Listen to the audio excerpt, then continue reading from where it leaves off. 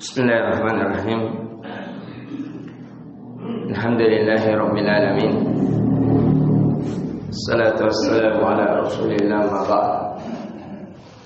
Allahumma anfa'na bima 'allamtana wa 'allimna ma yanfa'una wa zidna ilman. Assalamualaikum warahmatullahi wabarakatuh. Alhamdulillah, kita kembali memuji dan mengagungkan Allah Subhanahu wa taala yang telah memberikan kebebasan kepada kita dalam beribadah kepadanya. Yang sekali lagi yang kata para ulama bahwasanya kenikmatan itu akan dirasakan suatu kenikmatan ketika kenikmatan itu Allah mengangkat kenikmatan itu darinya. Yang biasanya kenikmatan itu kita tidak menganggap suatu kenikmatan ketika kenikmatan itu sangat mendalam dan senantiasa menghampiri kita. Akan tetapi ketika kenikmatan itu Allah cabut, barulah biasanya kita merasakan ternyata nikmat keimanan dan keamanan itu di antara kenikmatan yang sangat besar yang menghampiri dalam hidup kita. Kemudian di pertemuan kali ini kita tetap melanjutkan dari kajian yang biasa kita jalani, yaitu kajian Asyrul Fawaid fi Tazkiyatun Nafs, 10 kaidah dalam mensucikan jiwa. Karena alhamdulillah kajian tentang kemerdekaan itu sudah dikajikan oleh ustaz-ustaz kita. Yang hakikat kemerdekaan adalah ketika hati seorang hamba itu berlepas dan tidak terikat kepada kecuali selain Allah Azza wa Jalla. Hakikat kemerdekaan seorang hamba adalah ketika jiwa dan raganya itu senantiasa tunduk kepada Allah. Karena kalau seseorang ingin terhindar dari perbudakan, itu hanya omong kosong belaka. Karena memang kita diciptakan oleh Allah agar kita menjadi budak-budak Allah. Sebagaimana firman Allah Azza wa Jalla, "Wa ma khalaqatul jinna wal insa illa liya'budun." Tidaklah aku menciptakan jin dan manusia kecuali hanya untuk beribadah kepada Allah, kecuali hanya untuk menghambakan kepada Allah.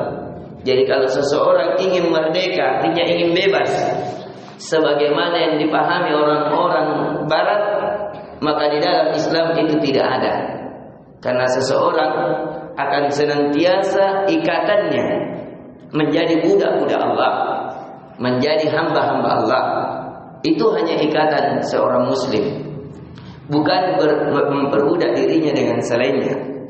Dan inti dari kemerdekaan yang diinginkan adalah menanamkan rasa syukur kepada Allah Azza wa Jalla yang telah memberikan nikmat keimanan dan keamanan. Di pertemuan kali ini kita melanjutkan dari kaidah yang ke-8. Kata Syekh, takhayyurul julasa'i wa intiqa'ir rufaqa.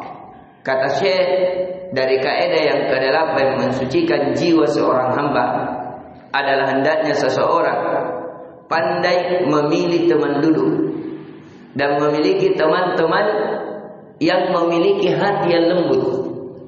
Jadi di antara yang mampu mensucikan jiwa seorang hamba adalah temannya sendiri. Maka dari itu Allah berfirman, Allah menegaskan, menekankan agar kita bersabar dengan orang-orang yang hanya mengharap wajah Allah. Sebagaimana firman Allah Azza wa Jalla, "Wasbir nafsaka ma'al ladzina yad'una rabbahum bil ghadati wal ashyi yuriduna wajha." Sabarkan dirimu ya Muhammad, dan wahai kaum Muhammad, umatnya Muhammad sallallahu alaihi wasallam, ma'al ladzina yad'una rabbahum, bersama orang-orang yang senantiasa berdoa kepada Tuhannya, bil ghadati wal ashyi yuriduna wajha, baik di pagi dan di sore hari, yang mengharapkan wajah Allah. Yang kata Allah menegaskan ini yang bisa membahayakan jiwa. Wala ta'du aynaka anhum, jangan engkau memalingkan pandanganmu, apalagi memalingkan dirimu kepadanya. Turiduna zinatal hayatid dunya, yaitu orang-orang yang menginginkan dari perhiasan-perhiasan dunia.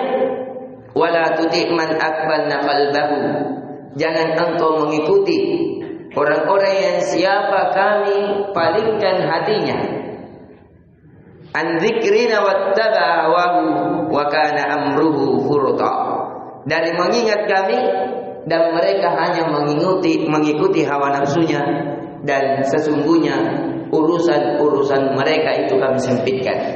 Furta ini banyak memiliki makna. Kalau ditafsirkan dalam tafsir Ibnu Jarir At-Tabari, furta ini dari Mujahid adalah diya'a, yang urusannya kami sempitkan. Artinya urusan akhiratnya senantiasa sempit. Kalau masalah urusan dunianya Allah perluas. Sebagai apa? Sebagai hukuman dan adab. Maka dari itu, di antara ucapan yang indah kata para ulama, kullu ni'matin ma tuqarribuka ila Allah fahiyal balah. Segala kenikmatan yang tidak mendekatkan dirimu kepada Allah, maka hakikatnya dia adalah musibah. Jadi inti pelajaran yang bisa kita petik dari mensucikan jiwa seorang hamba adalah hendaknya seorang hamba memilih teman duduk yang baik.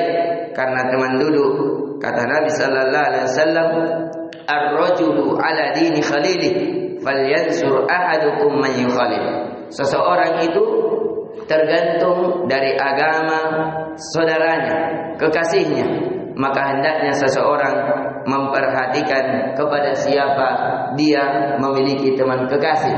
Kemudian dari Nabi sallallahu alaihi wasallam memperumpamakan, matalul jadidis salihi was-su'i ka'amilil misk wa nafikhil qiyar. Perumpamaan teman duduk yang baik, kata Nabi sallallahu alaihi wasallam, seperti teman seorang penjual parfum, dan teman yang buruk seperti seorang yang pandai besi. Fahamilul miski imma an yukhzika wa imma an tubta'u minhu. Seorang yang menjual parfum, apakah dia memberikan kepadamu dari baunya saja, ataukah engkau membeli darinya sehingga engkau juga terikuti harumnya? Tapi seorang penjual parfum, wa imma an tajida minhu rihan tayyiba wa nafikhul kir imma ayyuhriqa thiyabaka wa imma an tajida rihan khabithatan. Adapun seorang penjual parfum, apakah engkau terkena apinya, ataukah pakaianmu sehingga terbakar, ataukah minimal engkau terkena asapnya? Inti pelajaran yang bisa kita petik dari pelajaran tazkiyatun nafs, bahwasanya di antara kaidah yang ke-8 yang disebutkan oleh Syekh Abdul Razak Al-Abbad Al-Badri adalah seseorang mampu disucikan jiwanya dengan temannya, yaitu teman duduknya, terlebih khusus teman-teman yang melembutkan hatinya, yang mengingatkannya kepada hari akhirat, yang mengingatkannya kepada hakikat penciptaannya, yaitu senantiasa beribadah kepada Allah. Dan Nabi perumpamakan bahwa seseorang itu diukur dengan temannya, dengan siapa dia berteman.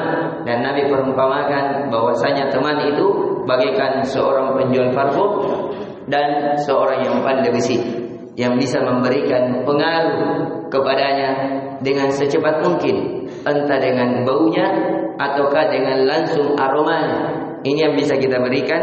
Dan ingatkan kepada seluruhnya, semoga Allah Azza wa Jalla menetapkan kita menjadi orang-orang yang memberikan faedah kepada kaum muslimin. Dan semoga kita semuanya ditakdirkan oleh Allah memiliki teman-teman, kawan-kawan, orang-orang dekat, terlebih khusus dari keluarga kita, yang senantiasa mengingatkan kita akan hari akhirat dan menjauhkan kita dari perhiasan-perhiasan dunia yang melalaikan kita dari hari akhirat. Innahu waliyyu dzalika wal qadiru alaih. Subhanakallahumma bihamdik, asyhadu an la ilaha illa anta, astaghfiruka wa atubu ilaik. Assalamualaikum warahmatullahi wabarakatuh.